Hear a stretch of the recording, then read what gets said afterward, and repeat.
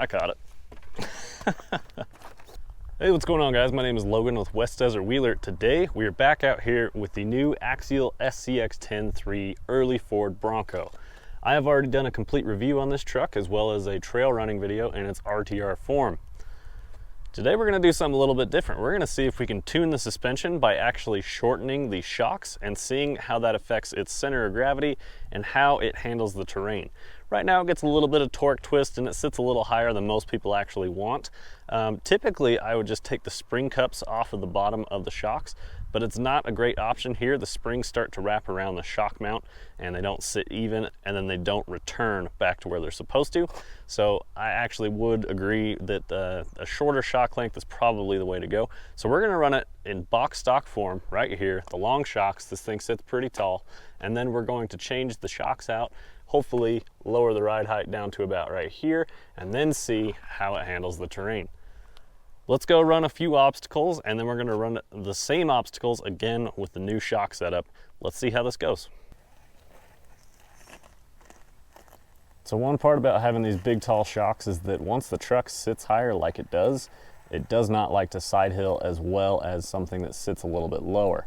So like right here, this is really sketchy, but I think with a little suspension tuning, we could get this thing to drive through here without an issue. And by the way, this is really leaned over and there's about a 15-foot cliff down over here. So hopefully this thing makes it. I'm pretty confident it will. There we go, got that front tire back up, leveled out, and here she goes. Don't want to drive up that wall right now though. Nicely done on the 10.3 Bronco. So I guess one aspect of changing ride height is going to be the front bumper clearance on this truck. So maybe we ought to run it into some more vertical walls like this. The bumper is barely clearing right there, and see how it handles it with the different suspension.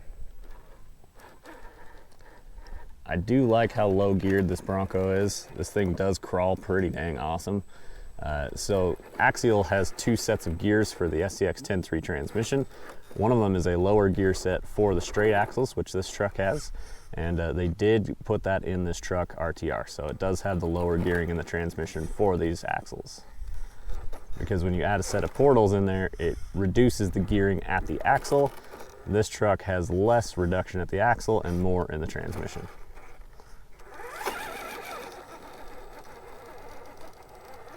Nice little bump, got us right out of there.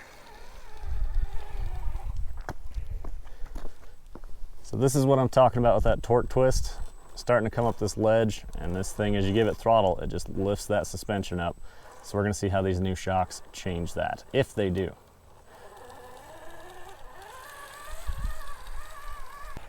One small detail on this truck is that these doors do open and close, but one feature that I really like on the Axial versus something like my RC four-wheel drive 4Runner, the doors on my 4Runner constantly open and close. It's really annoying. I finally just screwed them in place, but the doors on this Bronco use these little body clips right here so that the door does not open when you don't want it to. So big thumbs up there. That's a great, simple solution to keeping your door closed, but man, it's so annoying when your doors don't stay closed.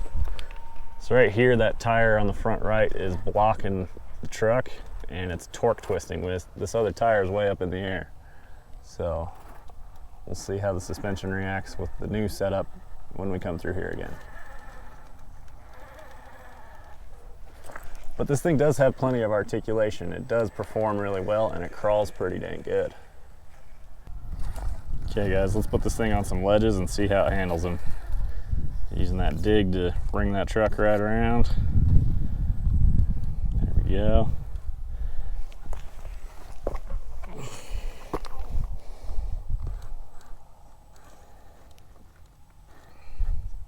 Starting to tackle multiple ledges at once. The whole front end's gonna start to come up while it's flexed out. That was a cool shot. Just touching our bumpers. So as we lower the truck, the bumpers are going to start to drag more, so keep that in mind. Now granted, we're not gonna like really slam this thing. It's gonna sit a little bit lower, but sometimes those little differences are what make all the difference.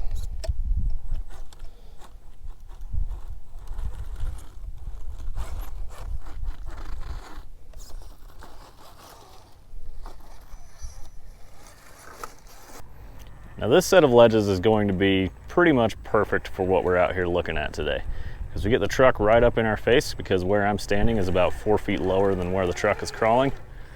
And then you get these little off-camber steep ledges and climbs. Right here, the suspension's all unloaded. We can take a look at it, hit those smooth rock sliders.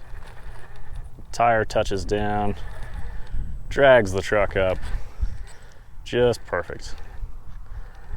So again, once the truck's lower, it'll probably lay into that slider a little harder, and we'll see if it can still drag itself up at that point.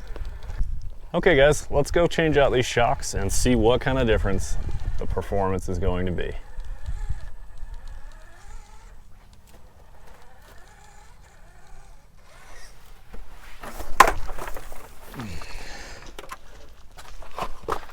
I caught it.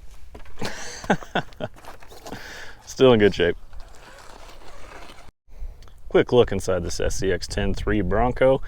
Got your battery tray number 1, big battery tray back here. We've got rock lights set up, and then we've got the lighting for the headlights and taillights coming out of the harness that go into the body. Quick look at the body. This thing's actually pretty heavy because of all the interior details in there. 2-piece body, so it's got like the interior portion as well as the exterior, which is how they get them painted different colors. Super solid, really rigid, nice details on there. Got the 5.0 V8 engine cover on here, so pretty cool, nice little details. I like the fenders. A few people have mentioned this, the fenders are specific to the Bronco, so they're not just going to slap right onto your Jeep. You're not just going to take this Bronco body and slap it right onto your Jeep chassis, so you may have to tune something there a little bit. Got the awesome bumpers, but what we're going to do is dig into these shocks, take the wheels and tires off, which let me show you guys this real quick. These are just knockoffs. They thread on and off really easy, which exposes your typical 7mm little wheel nut there, and then the wheel will come right off. Which these are beadlock wheels. They do have hardware on the backside, so you can actually change out your tires like I was talking about earlier. Here's a look at the backside of that wheel. Got that little hex in there. These are plastic, but you do have the bead locks on there, and then a nice clean look on the front. So nice wheel design by Axial. Dang boy, we got this thing nice and low now. Nice amount of clearance up front. Thing sits low. It's going to make a difference. We're going to see if it's good or bad. Let's go hit the trail. Okay guys, on the drive down here, because I'm starting at the bottom of a hill and climbing up, this thing is already a different truck, but we're going to prove it here in the next couple scenes. A lot shorter shocks. I did not put much preload in these. In fact, I took all the preload out of these, but previously with the longer shocks, only the rears had about a 1/4 inch of preload. So I basically just ran it this way to see how low we could get it with this new shock setup. I mean, you can see there, just no drama, just cruised right through that side hill. I want to elaborate real quick on what I mean by preload. So right here on the springs, you got this little collar that you can spin, and it will follow the threaded portion of the body down, which will push the springs down, meaning that the springs are under more pressure with that. That's called your preload. So I actually took all the preload out. This collar is all the way up to the top, so that the shocks are as short as possible. All right, so here we are coming back up to this wall where I was talking about clearances. That bumper pushed into the wall, so there is going to be a difference there. I think I hit it in the same spot. Yeah, even on its way up, it's starting to hit more than it did. So this is what you're going to have to deal with if you decide to lower your Bronco. Reduce clearance, but you know what? You can still work around it. It's a scale truck, it's not a competition truck, so you got to drive around your bumpers anyway. Well, let's pay attention to that torque twist now. See what these shocks say and do. So look at that, I didn't have to bump it. It just stayed planted, got the traction, and went up that hill. See what it does here. Like, I can get it to do it if I want, but it's not just carrying its tire, it stays planted the whole time. So already big improvements. I'm liking these shorter shocks. with this lowered ride height, I even just like the look of the truck more. It's less like a monster truck. It's more like how I would actually want to run a real Bronco, which is like a nice lift, good sized tires, but I don't need this thing to be way up in the air. And with the increased performance, I'm never going to complain. So yeah, let's turn right here. Not at all trying to torque twist. Was that the right spot? Let's try up here. Okay, right there, it still does it. But with all that pressure into that sidewall, I know exactly why it's doing that. But I mean, you can just steer around it. Yeah, you can get through it without doing it as bad. Lots of flex still. Very cool.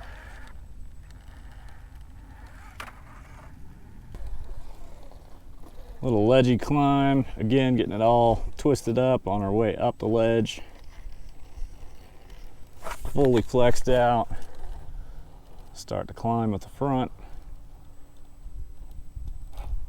So we actually are carrying the back tire right there. It's in the air, so it doesn't have as much articulation, but it's still plenty, no worries. Get the rear to come through. Rear bumper's just barely dragging. Get that front to hook, and it's gonna pull our rear end right up. Throw it back and dig.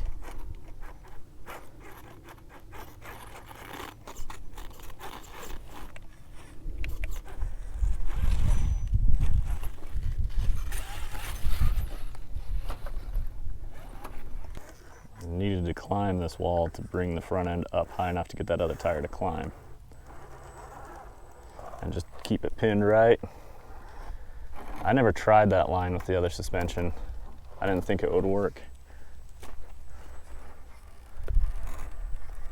But here we are with the lowered shocks, knocking this one out. This is such a rad spot. This is such a cool old retro truck too.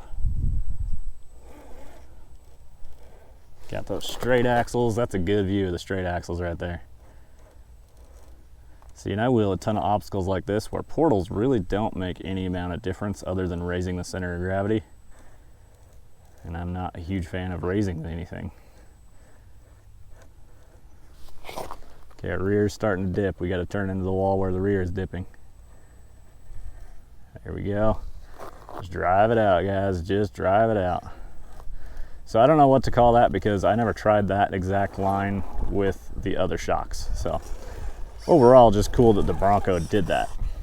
Now let's throw it and dig, burn it uphill.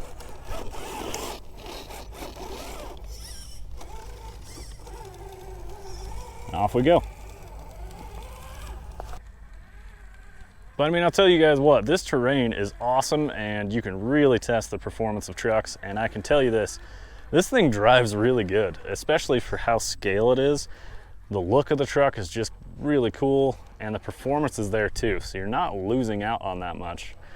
I know a lot of people mentioned that this truck was very expensive, but I mean, everything is going up in price right now just due to the whole world situation. But you know, I don't think it's ridiculously priced. I think you get an awesome body. I think you get some cool features like 2-speed and dig.